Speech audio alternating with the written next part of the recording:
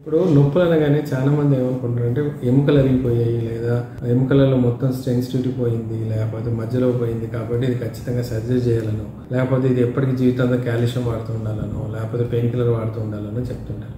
నొప్పులు అనగానే ఒకటి అరిగిపోవడమే ఉండదండి. నొప్పులు అంటే వాతం ఉండొచ్చు, ఆర్థరైటిస్ ఉండొచ్చు, రొమటిక్ ఆర్థరైటిస్ ఉండొచ్చు, రొమటాయిడ్ ఆర్థరైటిస్ ఉండొచ్చు, గౌట్ ఉండొచ్చు, లేకపోతే మీరు అన్నట్టుగా ఆస్టియో ఆర్థరైటిస్ ఉండొచ్చు, అరిగిపోయి ఉండొచ్చు. ఏమంటున్నారంటే కారణాలు ఏంటో కనుక్కొని దాని ప్రకారం ట్రీట్మెంట్ ఇచ్చినట్లయితే మోకాలు నొప్పులు కానీ, జాయింట్ పెయిన్స్ కానీ, బ్యాక్ పెయిన్ కానీ, షోల్డర్ పెయిన్ కానీ, నెక్ పెయిన్ కానీ ఏ నొప్పులైనా మనం శాశ్వతంగా క్లియర్ చేసుకునే అవకాశం ఉంటుంది. ఇక్కడ శాశ్వతం అనగానే ముసలైన తర్వాత కూడా రాలేదు అని అనకూడదు కదా. మేము చెప్పినట్టుగా ఫాలో చేస్తే ఆ టైప్ ఆఫ్ పెయిన్లను అయితే మీరు భరించే అవసరం ఉండదు. ఎగ్జాంపుల్ చెప్తాను. యూరిక్ యాసిడ్తో మీరు చాలా బాధపడుతున్నారు, దానివల్ల గౌట్ వస్తుంది, మోకాళ్ళలో అని ఎస్పెషల్లీ బొటనేళ్లలో, కాలు బొటనేళ్లలో నొప్పి రావటం, చిన్న జాయింట్లలో పెయిన్ రావటం మీరు గమనిస్తుంటారు. మళ్ళీ అలోపతి మెడికేషన్స్ ఏదైనా ఉంటే వేసుకోవటం, దానివల్ల యూరిక్ యాసిడ్ లెవెల్స్ డౌన్ అవ్వటం, మళ్ళీ నొప్పి కొంత తగ్గటం, మీరు మళ్ళీ ఏదైనా పప్పు నాన్ వెజ్ తినగానే మళ్ళీ రావటం. ఇక్కడ ప్రాబ్లం ఏంటి? యూరిక్ యాసిడ్ క్లియర్ చేయడం ప్రాబ్లం కాదు, ప్రాబ్లం ఎవరు తీయాలి అనేది ప్రాబ్లం. ఇక్కడ యూరిక్ యాసిడ్ అక్యుములేటెడ్ చేస్తుంది ఎవరు? కిడ్నీ. ఒకవేళ మూత్రపిండాలు మీ పర్ఫెక్ట్గా ఉండినట్లయితే యూరిక్ యాసిడ్ యూరిన్ లోపల బయటకు వెళ్ళిపోవాలి కదా. అది ఉండిపోయింది అంటే ఖచ్చితంగా జాయింట్లో జామ్ అయిపోతుంది కదా. 100% అవి నూడిల్స్ ఫామ్ చేస్తాయి కదా, ఆటోమేటిక్గా స్కిన్ డ్యామేజ్ అయిపోతుంది.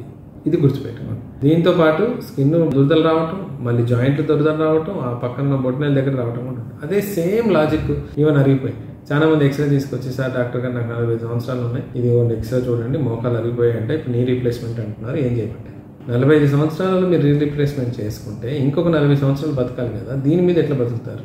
మీకు ఇప్పుడే ఇంకా డీజనరేషన్ ఫేజ్ స్టార్ట్ అవ్వలేదు, ముందే వచ్చింది అంటే దీన్ని రిపేర్ చేసుకునే అవకాశం కూడా ఉందని మీరు ఎందుకు ఆలోచించరు? సో నేను చెప్పేది ఏంటంటే హోమియోపతి ట్రీట్మెంట్లో మీరు మొదలు పెట్టినట్లయితే ఆ రీజనరేషన్ ఏదైతే అయిందో, అరుగుదల అయిందో, దాన్ని మళ్ళీ మనం రిప్లేస్ చేసుకునే అవకాశం ఉంది. ఇది నిజంగా పాసిబుల్ అని చాలా మంది క్వశ్చన్ చేస్తుంటారు. అంటే ఎప్పుడైనా గుర్తుపెట్టుకోండి, ఒకరు చెప్పిందే సైన్స్ కాదు. అల్టిమేట్గా పేషెంట్కి వచ్చిన రిలీఫ్ని కూడా మనం నమ్ముతూ ఉండాలి. ఒక 20 సంవత్సరాల క్రితం ఇలాగే అరిగిపోయిన కేసు నేను ట్రీట్ చేశాను, ఇప్పటి వరకు కూడా వాళ్ళకి మోకాలు నొప్పులు లేవు.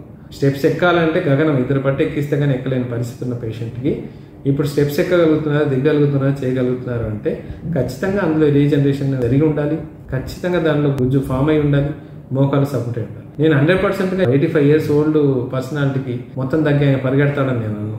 వాళ్ళ పనులు వాళ్ళు చేసుకునేలాగా వాళ్ళ నొప్పులు లేకుండా చేయగలిగే కెపాసిటీ హోమియోపతికి ఉంటుంది. లేదు మా వల్ల అంత ఓపిక లేదంటే మీరు నీ రీప్లేస్మెంట్కి వెళ్ళిపోవచ్చు, నో డౌట్. 100% కూడా హోమియోపతి అవుతుంది నేను అన్నాను. గ్రేడ్ 3, గ్రేడ్ 4 వరకు మొత్తం అరిగిపోయింది అంటే 100% మీరు సర్జరీకి వెళ్ళాల్సిందే. కానీ ఎన్ని కేసులలో సర్జరీకి అవసరం ఉన్నాయి, ఎన్ని అవసరం లేవు.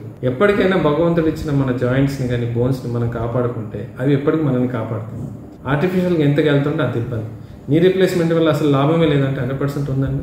అసలు లేవలేని వాళ్ళు, మొత్తానికి అరిగిపోయిన వాళ్ళు, మెడిసిన్ పనిచేయని వాళ్ళలో నీ రీప్లేస్మెంట్ ఒక వరం. ప్రతి ఒక్కరికి అది కావాలని అయితే లేదు. హోమియోపతిలో దానికి బెస్ట్ ఆప్షన్స్ ఉన్నాయి. చిన్న పెయిన్స్ నుంచి నడుము నొప్పి కానీ, మెడ నొప్పి కానీ, ఆర్థరైటిస్ కానీ, మోకాలు నొప్పులు కానీ, వీపు నొప్పులు కానీ, ఏదైనా మడమల నొప్పులతో సహా ప్రతిదానికి ఆప్షన్ ఉంది. కాకపోతే మీ చాయిస్ చేసే డాక్టర్ ఆ కేపబిలిటీ ఉన్నట్లయితే మీకు ఎంత త్వరగా అంటే అంత త్వరగా తగ్గించగలరు. రెండోది ఏంటంటే దానికి కొంత మీ లావు తగ్గటం, మీ యొక్క అలవాట్లు మార్చుకోవటం, మేము చెప్పిన ఫుడ్ ఐటమ్స్ ఫాలో చేసినట్లయితే ఖచ్చితంగా నొప్పులన్నీ కూడా మాయమైపోతాయి.